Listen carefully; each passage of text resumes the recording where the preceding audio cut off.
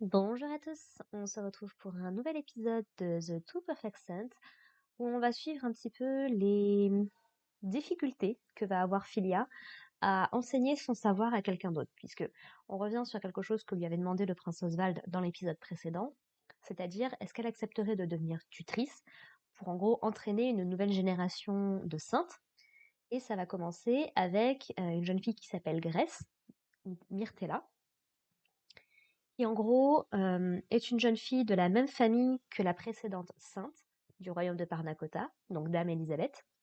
Et en gros, Grace va nous expliquer que donc elles étaient cousines, et que voilà, elles descendent plus ou moins de la même lignée. Et en gros, donc voilà, le royaume aimerait que Philia puisse expliquer à cette jeune fille comment réaliser du coup l'énorme barrière qu'elle a réalisée autour du royaume de Parnakota. Et comme les deux royaumes s'entendent plutôt bien, bon bah le roi il a accepté. Maintenant il fallait encore que Philia elle accepte d'être tutrice pour cette jeune fille. Donc Philia va commencer par lui enseigner un petit peu le principe du mana, c'est-à-dire donc en fait l'énergie de l'environnement. Elle différencie du coup l'énergie qui vient de la personne propre, qu'on peut utiliser pour lancer ses propres sorts, mais que pour créer des piliers de lumière ou pour accentuer sa magie, on peut aussi piocher dans l'énergie de l'environnement, de la nature. Et en fait, c'est ça du coup qu'on appelle le mana. Les rayons du soleil, le vent sur sa peau, ce genre de choses. Donc, elle essaye un petit peu de lui dire, bon bah, ce qu'elle explique, c'est qu'en gros, du coup, pour pouvoir réaliser ce sort-là, il faut être capable de contrôler le mana, mais également d'avoir une certaine connaissance de la magie ancestrale. Ce qu'elle nous explique, c'est que Mia, sa petite sœur, n'a jamais étudié cette langue-là, donc elle n'est pas capable de lancer ce genre de sort puisqu'elle ne connaît pas la langue. Or, du coup, de par l'éducation qu'a reçue Grace, bah, du coup, c'est une chose qu'elle a déjà étudiée, donc il lui reste plus qu'à comprendre comment maîtriser le mana. Et bah, ce que Grace va lui expliquer, c'est que bah, voilà, c'est quelque chose qu'elle ne connaît absolument pas. Et Philia lui dit du coup de se concentrer sur l'environnement. Et malheureusement pour Grace, tout ce qu'elle arrive à sortir, c'est que bah, elle a vaguement l'impression qu'effectivement il y a une énergie dans l'environnement qu'elle arrive à sentir, mais sans plus quoi. Elle a juste ce petit feeling qu'il y a quelque chose. Et Philia lui dit bah, que c'est déjà un excellent début. Ça veut dire qu'elle est capable de le percevoir. Il faut juste qu'elle travaille sur ça grâce à de la méditation par exemple. Donc du coup, c'est globalement ce qu'elles vont s'entraîner à faire pendant une bonne partie de l'épisode, pour que du coup, Grace elle soit capable de percevoir ce mana-là. Et donc en attendant, il y a le majordome, le serviteur de Grace un petit peu, qui se moque gentiment d'elle, qui lui dit que son père il veut un rapport sur ses progrès, ce genre de choses. Et Philia va lui montrer un petit peu ce qu'elle appelle une robe de lumière, je crois, si je ne me trompe pas, qui est une technique assez basique qu'elle peut utiliser. Et en fait, elle concentre le mana sur elle-même, ça la fait un petit peu briller, quoi. Et c'est quelque chose que Grace trouve absolument fantastique. Et elle va nous expliquer bah, qu'elle est une super grande fan en fait de Philia, qui est considérée comme la plus grande sainte depuis quand même pas mal de temps. Et en fait que ça lui a donné du coup l'inspiration de continuer à devenir une sainte en lisant un des livres écrits par Philia. C'est en gros, voilà, il y avait un éditeur dans le royaume de Girtonia qui voulait faire publier des trucs. Elle a refusé pendant très longtemps et puis elle a fini par se laisser convaincre. Sauf que ça n'a plu ni à ses parents, ni au prince Julius, bien évidemment. Donc tout ce travail qu'elle a pu faire, ça ils lui ont renvoyé en fait en pleine figure, ils l'ont déchiré, ils l'ont méprisé, en disant que bah elle essayait d'en faire trop, elle essayait trop de montrer sa culture, bref, ils l'ont complètement rabaissée en fait, jusqu'à tel point que Philia a même regretté d'avoir écrit cet ouvrage-là. Et c'est là où ce que lui dit Grace est super important, c'est elle lui dit merci infiniment d'avoir écrit ce traité. Il n'y avait pas. Comment est-ce qu'elle explique ça? C'est en gros, elle a senti qu'il y avait une vraie personne derrière avec vraiment de l'expérience. Et c'est qui elle dont les explications étaient très claires. Et en fait, c'est ça qui lui a donné le courage et l'espoir de continuer. Donc, c'est quelque chose de très important, je trouve, en tant qu'autrice moi-même. Bon, j'ai pour l'instant vraiment rien trop publié, mais avoir un retour positif sur ses écrits, surtout quand on n'a pas beaucoup d'estime de soi, ou alors que c'est quelque chose de très compliqué déjà à la base, voilà, ça permet de se dire, quand on n'a pas les supports positifs dans notre environnement direct, c'est toujours bien d'avoir des retours des étrangers qui, eux, ne vous connaissent pas, ne peuvent pas vous juger.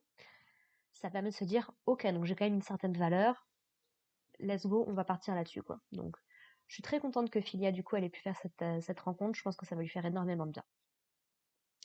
Et la deuxième partie de l'épisode, du coup, va se concentrer sur, justement, Dame Elisabeth et sa relation avec le premier prince de Parnakota.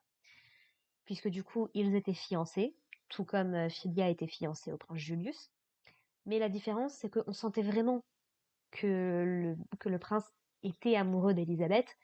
Et en fait, ça fait 3 mois, je crois, qu'elle est décédée.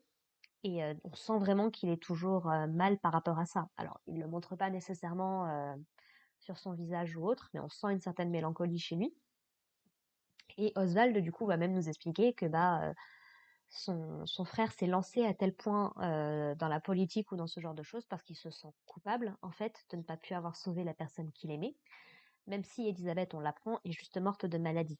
Il y avait malheureusement rien de particulier qu'il pouvait faire, mais bien évidemment la culpabilité, ça nous permet aussi de prendre une espèce de contrôle sur ce deuil qu'on vit. C'est quand on n'a personne de particulier à blâmer ou une entité informelle abstraite comme une maladie. La culpabilité, ça permet aussi de reprendre un peu de contrôle et de se dire, ok, c'est ma faute, j'aurais pu faire quelque chose. C'est pas très sain, bien évidemment, mais le deuil, c'est un processus qui est tellement compliqué, qui est tellement long, surtout quand on n'est pas forcément entouré des bonnes personnes, que voilà, faut pouvoir se raccrocher aux branches qu'on trouve. Donc j'espère simplement que le prince, du coup, va réussir petit à petit à se sortir de cet état d'esprit. Et Oswald, du coup, nous explique également que, à la base, les nobles du royaume voulaient que lui récupère le trône et pas son frère. Sauf qu'en fait, lui, ça ne l'intéresse absolument pas. C'est pas quelque chose qu'il envisage, encore une fois, contrairement à Julius. Et en fait, du coup, il a décidé de jouer plutôt le rôle du bon à rien, en fait, à qui on ne confierait pas un royaume. Et on découvre notamment que c'est pour ça qu'il fait son petit potager tranquillement dans son coin. Et donc voilà, il discute un petit peu avec Philia sur ce qu'elle aime faire, sur les choses qu'elle apprécie et autres. Et elle a encore beaucoup, beaucoup de mal à lui répondre à ce genre de questions, puisque jusqu'ici, ça lui était jamais trop venu à l'esprit. Mais en gros, donc il va finir par lui dire en fait que elle a été formidable, qu'elle a fait beaucoup d'efforts et qu'elle peut en être fière. Et c'est quelque chose qui touche profondément Philia parce qu'elle se rend compte, en fait, même si l'amour en général, c'est pas un concept, l'amour romantique, en tout cas, c'est pas un concept qu'elle comprend vraiment. Ce qu'elle nous explique, c'est que Mia, c'est bien la seule personne qu'elle est sûre d'aimer, mais que du coup, en fait, elle a toujours cherché l'amour et l'approbation des autres. En fait, parce que malheureusement, vu la famille qu'elle avait, c'était compliqué. Et en gros, les quelques mots que le prince Oswald arrive à lui communiquer, ça la touche profondément au cœur et elle le remercie de mettre sa valeur en avant. Du coup, et donc, voilà, leur relation, elle est vraiment toute choupie, puisqu'on sent vraiment que elle est pas à l'aise, et puis Oswald, il fait tout ce qu'il peut pour essayer de l'accompagner au mieux. Voilà. Quoi dire de plus? Oui, on parle un petit peu du maître également de Philia, qui est donc sa tante, qui était une sainte avant elle, et en fait qui est la sœur de son père. Donc c'est pour ça qu'elle a les cheveux, qu'elle a hérité des cheveux de son père. Et en gros, donc, ce qu'on nous explique, c'est que son maître était particulièrement strict, à l'abandonner seul dans la montagne, à lui faire dormir sur des lits de pique, donc vraiment entraînement à la dure. Mais ce qu'elle comprend avec le recul qu'elle a aujourd'hui, et notamment parce que Grace lui explique, les gens, ils ont toujours une raison pour agir ainsi. Ce que comprend Philia à ce moment-là, c'est que effectivement, sa tante lui avait expliqué que elle s'est jamais entendue avec ses parents, qu'elle lui ressemble énormément, et donc elle veut pouvoir l'endurcir pour qu'elle puisse affronter ce genre d'obstacles et ne pas se laisser détruire par ce genre de mauvais comportement en fait. Donc voilà, elle se rend compte du coup que sa tante, mine de rien, veillait sur elle à sa façon, et donc elle la remercie même si elle l'a pas directement en face d'elle. Donc ça aussi c'était plutôt sympathique. Et l'épisode du coup va se terminer avec nos deux princes du coup de Parnakota qui reçoivent une missive, puisque le royaume de Gertonia décide récupérer Philia. Et je trouve ça particulièrement culotté de leur part, on va dire ça comme ça, après l'avoir vendu comme une moins que rien à un pays voisin. Tout ça parce qu'ils comptaient bien évidemment sur Mia Donc ouais, j'espère bien qu'ils vont pas accepter, je ne pense pas qu'ils vont accepter. Et j'espère surtout que Filia ne va pas se laisser avoir par ce genre de truc, quoi, qu'elle va se battre pour rester ici. Et surtout, fort heureusement, du coup, elle a quand même envoyé une de ses espionnes pour protéger sa sœur, donc au moins à ce niveau-là, elle est plutôt tranquille.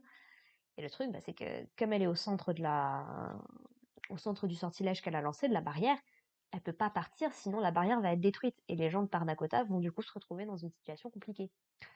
Donc pour le coup, j'ai très très hâte de voir qu'est-ce que l'épisode 6 va nous débloquer du coup, parce que c'est pas une situation facile. Et je pense pas du coup de toute façon que Oswald sera d'accord avec ce genre de choses, donc je pense il va lutter au maximum contre ça. Voilà, voilà. Sur ce, bah écoutez, je vous propose qu'on se retrouve la semaine prochaine pour parler de l'épisode 6. Et puis, bah, n'hésitez pas à me dire ce que vous avez pensé de cet épisode-là, ou de la série en général. Et puis, bah, voilà, je vous retrouve la semaine prochaine. Et puis, bah, en attendant, portez-vous bien. Allez, bye les gens.